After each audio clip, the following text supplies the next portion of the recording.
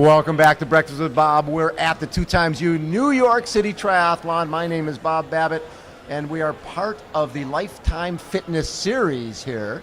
And a year from now, this event in New York will be their national championship with me, four-time Paralympian, multiple-time gold medalist in 200 IM, Mr. Rudy Garcia-Tolson. How you doing, Rudy? Doing well. Nice to be here. Nice to be here. I'm liking this. This is pretty sweet. It took me a few years to grow. But, I was going to say, since we've known you since you were 7, I don't think you had that at the time. I don't think so. Yeah. So it's funny nowadays, because there's so much more awareness of Paralympic athletes and Paralympic sports, people might not realize that when you were born missing both legs above the knee, there really were no sport options for you, correct? No, it was sign up for a Special Olympics type program, and basically they would integrate all of us in with your intellectual disabled athletes as well, which nothing wrong with that, but I think at the end of the day we come with a different message, and we feel like our challenges, our disabilities are only challenges. So at a young age, there was really, Paralympics was never on TV. The only thing I can see was maybe they had a Blaze Sports magazine, so maybe one magazine a year that you would see some people running on prosthetic legs. But other than that, it was unheard of, really. So and equipment wise, I remember when Jim McLaren lost his leg. The reason we started Channels Athletes Foundation, when he was an amputee, before we started CAF, he was running on a walking leg. Yeah. Right. So they really didn't make anything for sport. Right. I mean, he did a 3:16 marathon on a walking foot, which is just unheard of nowadays. Yes. You have guys who have running feet now who still can't hit a 3:16 marathon. But nowadays you have technology that is specifically for the youth, which is amazing. Because when I was growing up, I had size 6 foot, which looked really, really weird on a little 6-year-old boy. Yes. But that's all they had. Yeah, it's all they had. The technology wasn't there. The knees that I had, I remember I at least broke these knees about 50 times. They were geriatric knees, so they were fitted for someone who was going to walk to the kitchen and back, maybe. So I had these knees, and my prosthetist at the time, Michael Davidson, we created a very interesting team, and if you can imagine, I'm a 6-year-old boy. I'd get out of first grade and go right to the doctor's office and show Mike what was wrong with my legs, and I would take my leg off, and some candy would fall out of my leg, because that's kind of where I hid it stashing your candy from the teachers and my classmates. So and you were his collaborator. You guys were partners, because back then you were the only kid we worked with at CAF. And you were the only kid trying to run as a double above knee amputee. As a double above knee amputee, back in 95, 96, the textbooks, the medical books stated that these guys can never run. If they walk, they needed an assisted device such as a walker, and that would only last for 10 or 20 minutes. It's just unheard of. That just wasn't possible at the time for a double amputee to stand up on his own, let alone run or ride a bike.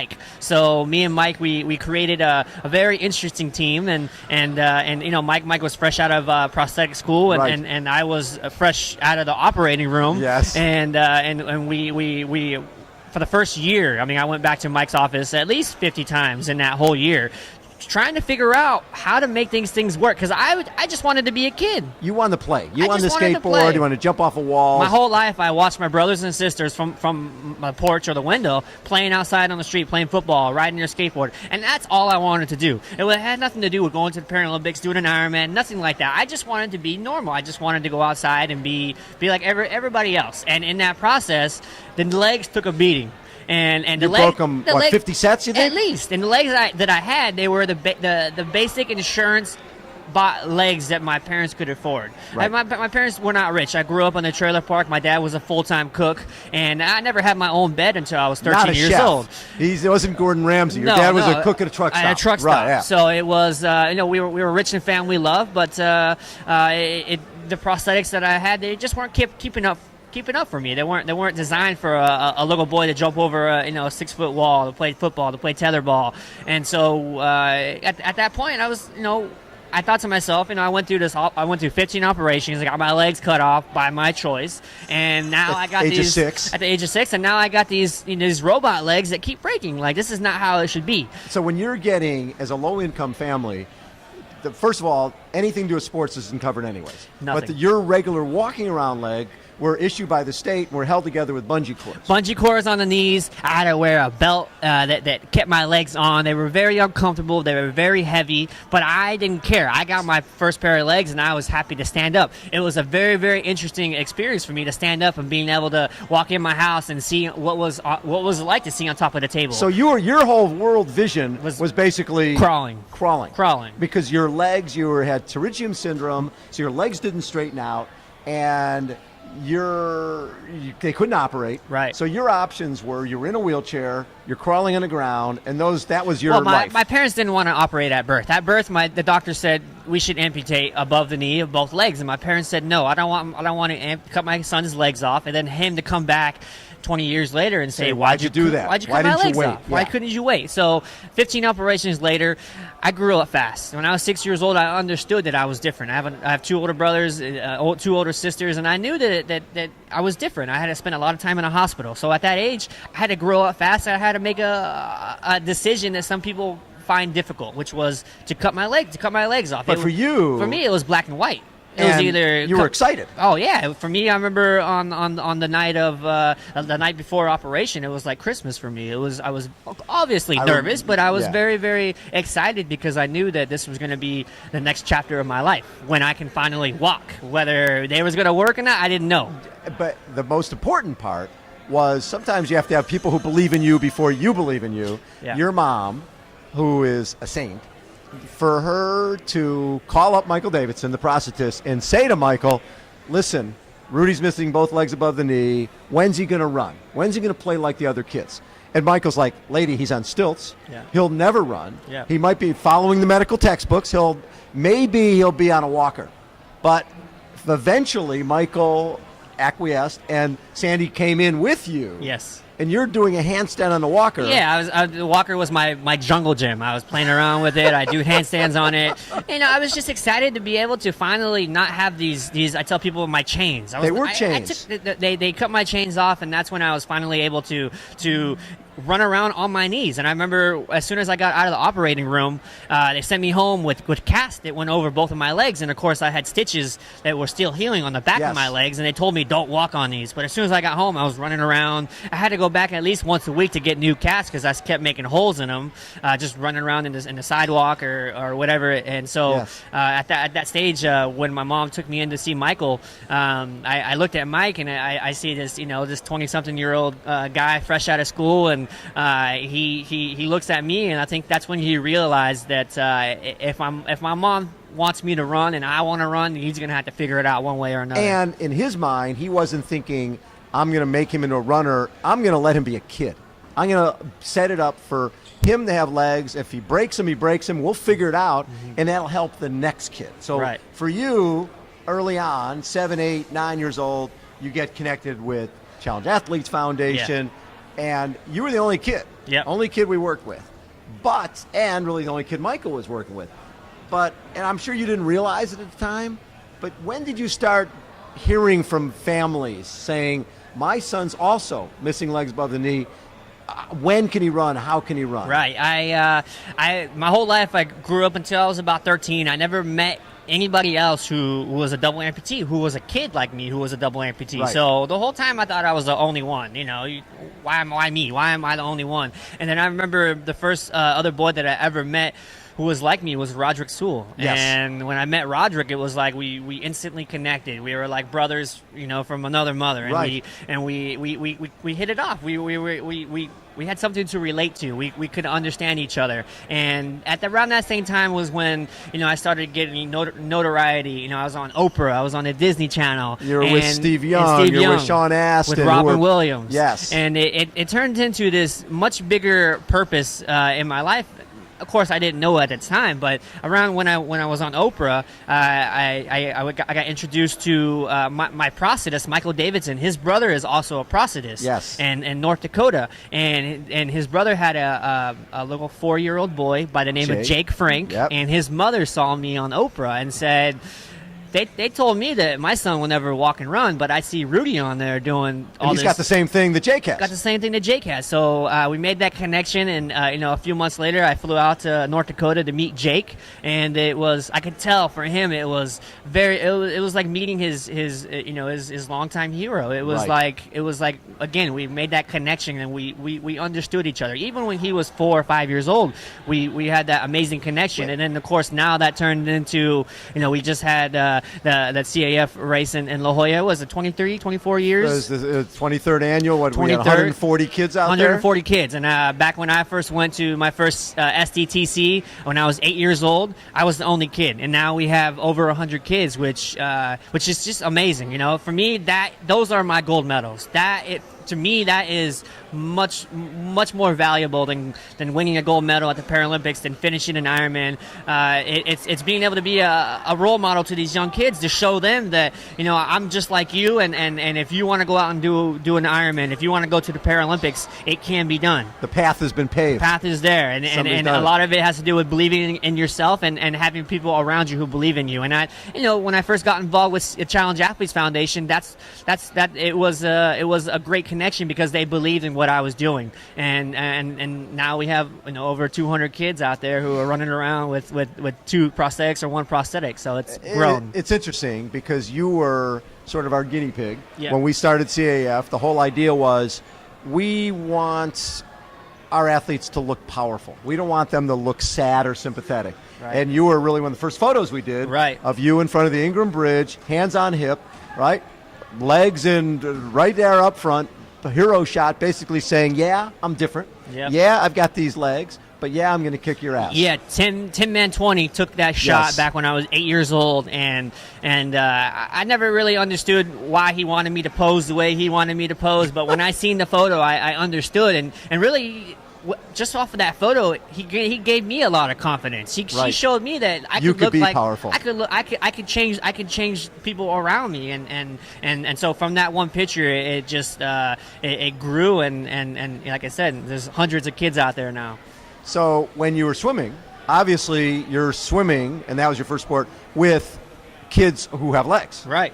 And you're getting your butt kicked. I was known as the boy with no legs. And when I first, I'm a competitive kid. Growing up, I have older brother, sisters. You got to compete with them. Of course. And when I joined my first swim team, I was the only kid on the team with a challenge. And, it was difficult for me to relate to all these kids. I was the boy with no legs, and of course I would come in dead last at every swim meet that I went to, and of course everyone would clap for me. They kind of gave me the pity clap, and that just fueled me even more. I refused to accept that. I thought that was crazy, and so that's kind of when around that time is when I set my first goal, my first dream, and it was very simple. I just told my parents I want to beat some of these kids with legs. That's all I wanted to do. I just wanted to beat a kid with legs, and I remember when I finally made that happen. It was an instant amazing moment for me. I remember I touched the wall before the kid next to me, and then he looks up at his friends and says, "Man, the kid with no legs beat me." And right away I knew. And you could hear it. Oh yeah, I heard it all, and I knew that was. You wanted it. more of that. I wanted more, and I wanted more, and I went back for more. So people don't realize, they see you again being this elite guy. The first mile we ran together was 19 minutes. 19 minutes. And the first mile I did, I was 8 years old. I think it was a Mission Inn 1 mile fun run. And the legs that I had were my flex foot and Oser legs, but they were a step up from my basic insurance bought legs. My mom, being the genius that she is, she made a video of me hopping over the walls, playing soccer, basically throwing my legs across the room, saying that these are not piece working. Of crap, yeah. And so at the time, FlexFoot, they sent me a brand new pair of legs, and I tell people I went from like a Pinto car to a Ferrari overnight, and it was just amazing. I wanted to get up and I wanted to run, and of course I couldn't run, but in my mind, I thought I was running, and so when I did these 1 mile fun runs, I used to come in dead last, and I don't think many people understand or experience what it feels like to be dead last in a race, where everyone is cheering you on like as if you're winning, but in the back of your mind, you're like, "Yo, I just got last place. Why are you cheering me on?" So these miles I used to do in 18, 19 minutes, and I remember finally I got my first pair of running legs from Oser, and it was like There was no comparison. Yeah. I mean, the next mile I did was like 11 minutes, and Yes. and now I can run, a 1500 on a track in 5 minutes and 30 seconds. I can do a 5K in 18 minutes and 30 seconds. So it's definitely changed the game, not only for me but for young athletes like Cody McCaslin, who started on these little running legs back when he was 3-4 years old. Yes. And now he's on his high school swim team. He's got a letter. It's amazing. Yes. It's Yeah. amazing. So. Yeah. I remember a photo we did with you, Cameron, Lucius, and Cody, and they were like these little guppies. Yep. With the big Pied Piper guy. Yep. And now Cameron is swimming. Yep. And looks great. These kids, something that I really love is I really keep in touch with these kids. They message me on my phone all the time, asking me questions about what kind of fins can I use to put on my legs, what kind of paddles could you use, or even just random questions about life. Yes. And it's something for me that I find very important to be able to kind of be there for these kids, because I had no one. I had no one growing up. No role models. And I wanted someone there who was doing things that I wanted to do, but they were not there. So for me, I find that most important to be able to show these kids, and tell them that There is hope. There are do options, anything. possibilities. As somebody who did grow up fast, Yeah. right? You were sponsored athlete. What, 8, 9, 10 years old? 8 years old. I had Powerbar, Challenge Athletes Foundation, and OSER. Right. So you bought the family home. How old were you? I was 13 years old when, Yes. at the time, I bought my mom her.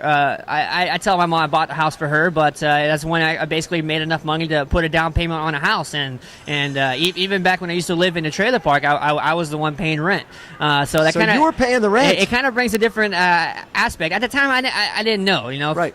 But growing up now, I realized that I grew up fast, but I had to. There was no other option, and it was. The way my philosophy is, if I have it, then my whole family has it, and so I wanted to make sure that my family was taken care of just as well as I was, and so it's important. That was important to me.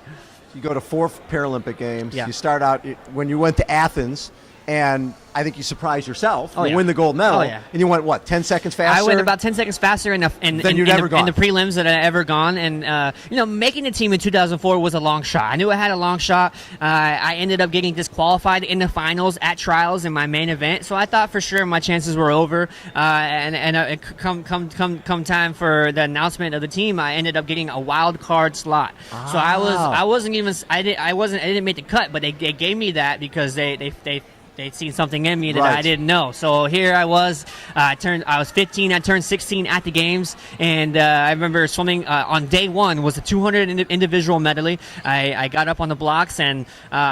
I was ready. I don't know. This was a moment that I dreamed about my whole life. I dreamed about jumping on the blocks, swimming my race, and winning a gold medal. And here I was in that opportunity. And you can't ask me what I was thinking about during the race, because as soon as the starter went off, next thing I remember was finishing, and next thing I remember was finishing, but also looking to my right and left and seeing that my competitors were not next to me. So I thought to myself, cool, I'm gonna win my heat.